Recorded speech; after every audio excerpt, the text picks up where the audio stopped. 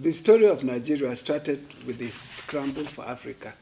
When colonial masters came to Africa and, cut off portions of the land and divided it amongst themselves. And the part that the British got, part of the land they got on the west coast of Africa was Nigeria. Nigeria was, made up of societies of people living independently. Then colonialism brought us together. We were not united as one before. It was colonialism that brought us together. And the frictions that have been going on as a result of this forced coming together are still with us today. That's why I say, for us to understand Nigeria and its future, we must look back.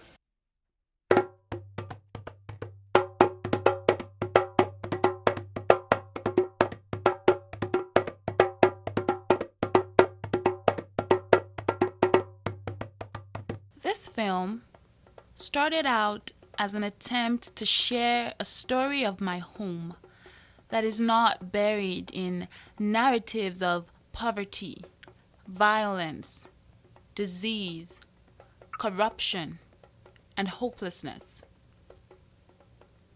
I invited my family and friends on my journey to show that good, beautiful things can come out of Nigeria.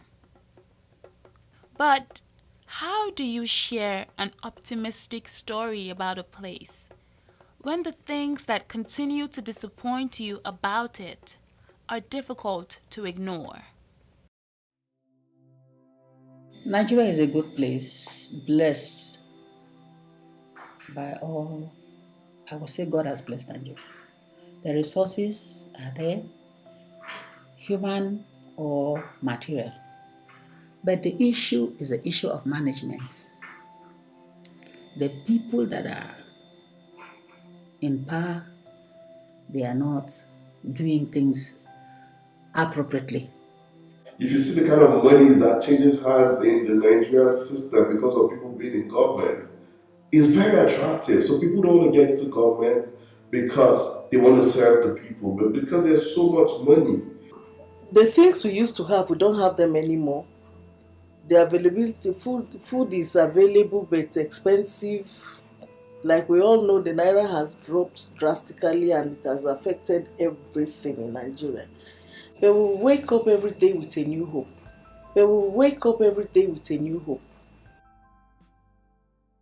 Walter Sorrell said it best when he said, "Dancing is as old as man and his desire to express himself, to communicate his joys and sorrows, to celebrate and to mourn, with the most immediate instrument, his body."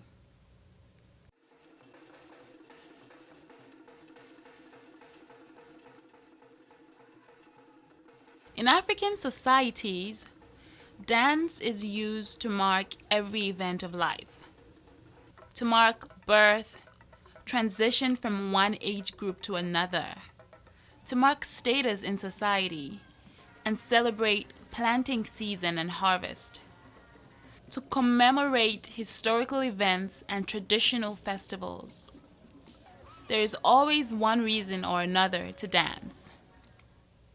As a person who is very expressive with my body, I turn to dance to help me let go of tension and to make sense of emotions. Through body movement and dance, I am navigating the complex feelings and emotions that arise from interacting with the disappointing as well as hopeful stories of my home, Nigeria.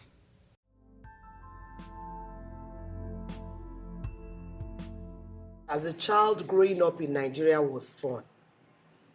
Things were good, things were cheap. Life has become more tough. The recession, has brought in some suffering, and you have to pay more for certain things. Everybody is involved in what I would call a rat race, trying to make ends meet, trying to keep pace with changing situations and circumstances, inflation and all that. Today is fuel scarcity. Tomorrow is different things changing in price and all that. So people don't know what to expect tomorrow. How will somebody graduate and come out? The government is not giving any soft loan for the young ones to come up to do anything. And if the parents had sold out everything to train that child with the hope that when the child comes up, will have a job or will be assisted. So you cannot see that how you can see how life is difficult with that kind of a family. I went to the market. I got to the market. I saw a very pretty lady like yourself sitting down where they are selling yam. I said, "Are you there?" He said, "Yes, she's with the mother." I was trying to make sure, "I've read the university." Why? He said, they asked her to bring 500,000 naira before they can employ her. 500,000 naira. Some say 800,000. Somebody who is not working is looking for a job. Where does it got half a million? Over half a million.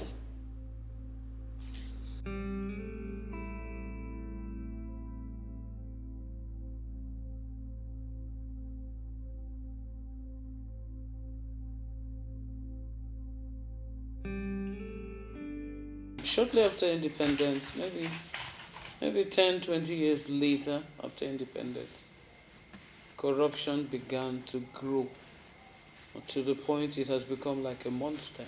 So many of us are expecting so much in 2 years or 3 years, something that took over 30 years to grow and establish itself in the system, in the system of this nation, will take equally a longer time, much longer time.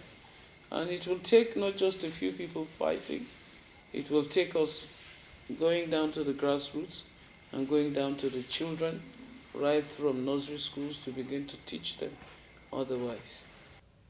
If we want to move forward, if we want corruption to be a thing of the past, the good people in the society, people who feel they have what it takes, should start getting involved in the political process.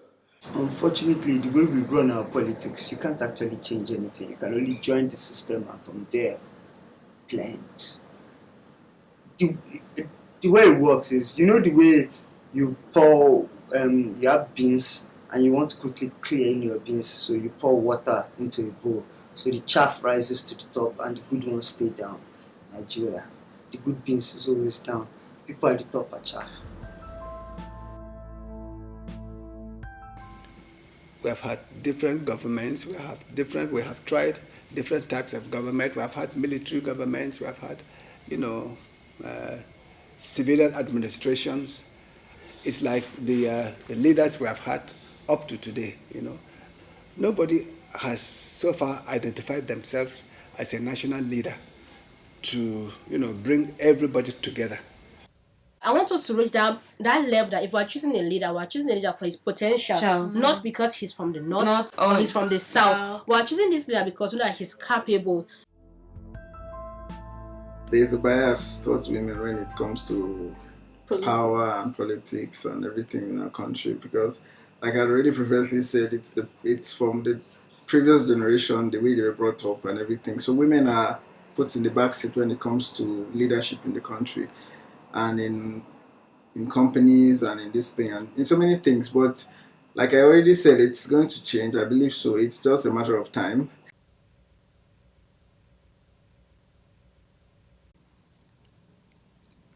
How much longer must women continue to take the back seat? I am a woman and I cannot be held back. I am a strong woman and I refuse to be held back. They have always placed the male child above the female, even from the same parents. When a male child is born, you see the level of rejoicing that family goes into. If it's a female, you thank God, but it's not like the male child. If you have 5 girls, you don't have children. Once you don't have a son, that's just it. Yeah, once you have girls and you don't have a son, you're actually you don't have children. You're just barren until that boy comes.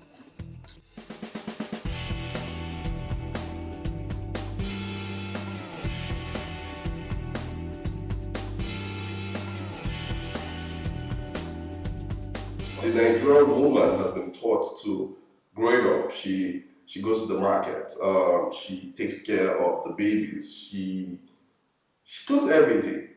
And then the average guy maybe watches the car and then waits for food. When I was growing up, I never swept, I never learned to sweep because they told me sweeping was for girls. So you never swept, you never fetched water, you don't even get close to the kitchen because that is a girl's job. Now things have changed. Boys do everything girls do now. They cook, they sweep.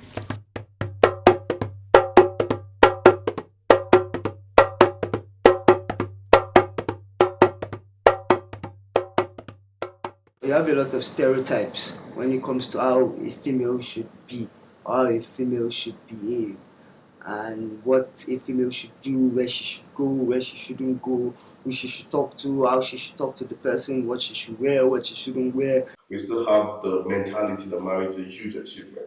So when a lady aspires to be what she wants to be, and it seems she's a strong, powerful woman, then her family will come and say, like, tone it down a bit, like, you're going to be scaring the men away. They put men in a high position, but then they still expect the woman to be the pillar. She's holding everything together. She's the one praying for the family. She's the one seeing that the children, and if anything the child does wrong, it's the woman's fault.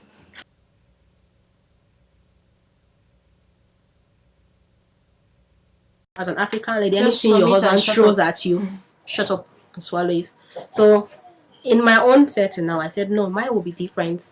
We will communicate. If you do something I don't like, I won't talk too much and respond to everything, so I don't become a nagging wife. Yeah. But the one I see necessary, I'll have to tell you, so it doesn't continue.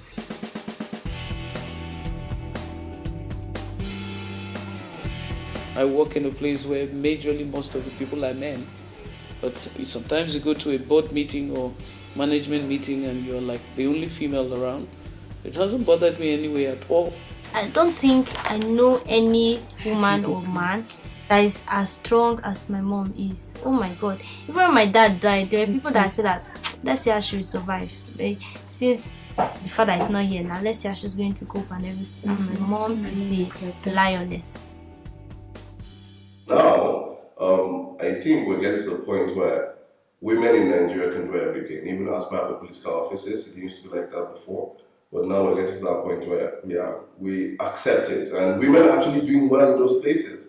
I, for one, I think if women play major roles in Nigeria, there will definitely be a change. I think the change we are looking for will come when we have women's participation in the key sectors of the Nigerian economy.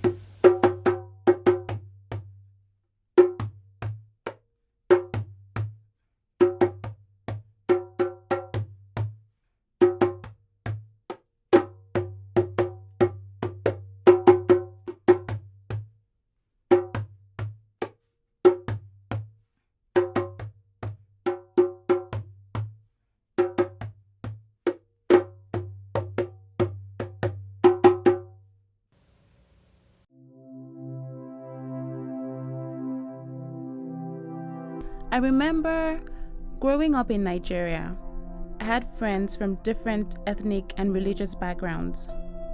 We went to the same schools and celebrated birthdays and holidays together. We could play outside for hours. But now, things are changing. In recent times, we've had a whole lot of Boko Haram stuff. Recently, the Fulani headsmen have been killing a lot of people, and for a person like me growing up in Nigeria, where you've been used to peace for a long time and then having to want to relate with the news of killings in various parts of Nigeria, I don't think we do very well with those kind of news. Before now, you could travel freely, move around freely. It's just now with the insurgency in the northeast, with repercussions all over the country, has restricted movement a little bit.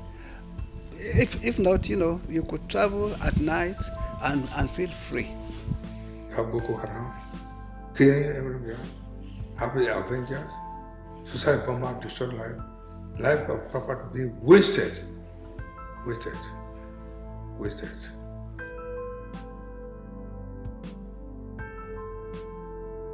Tribal rivalries are just the two neighboring villages will be fighting for Something stupid. So, as in, I just pray it will just, that is the future I see, that no insurgency, no tribalistic rivalry and all.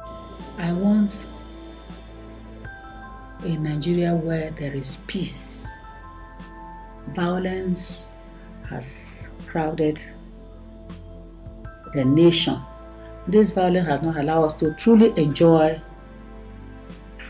ourselves or what God has blessed the nation with. The issue of kidnapping, I don't want to see it. I don't want a Nigeria where people are afraid to move around.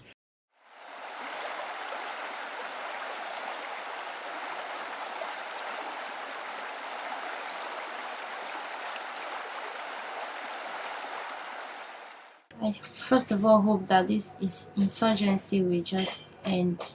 That's one I know that can end. It's possible, and I just pray it ends very soon.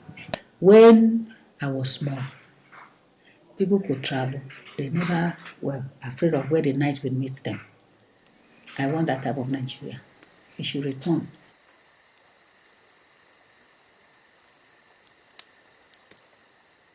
I believe that we'll have a better Nigeria, probably in the next generation, because if this generation of children grew up with the right values, then they'll end up doing something different in the society, compared to what the leaders are doing today. We have a younger generation growing up, a generation of young people who are not thinking in terms of religion, not thinking in terms of regions, but who see themselves first and foremost as Nigerians. And I think with them, the future for Nigeria is not as bleak as it may look with the picture painted now. But I believe, God, that by and by, things will transform, things will change, and Nigeria will emerge a great nation like any other great nation again on the face of the earth. There's just this resilience in every Nigerian. There's this thing of not just wanting. I see Nigerians that come from the deepest village. They come out of that thing. They come out. Nigerians just know how to come out. One of the things I love most about Nigeria is the sense of unity that we can have when we want to. I believe that Nigerians, no matter how much hardship they face, they still find a way of coming together, uniting to get stuff done. With what Nigerians have gone through and this country is still intact, every other country would have gone in pieces or torn in pieces. Nigerians still smile, Nigerians still laugh, we fight, we quarrel, we come together again, we pray for our country, and it has been that has sent us together.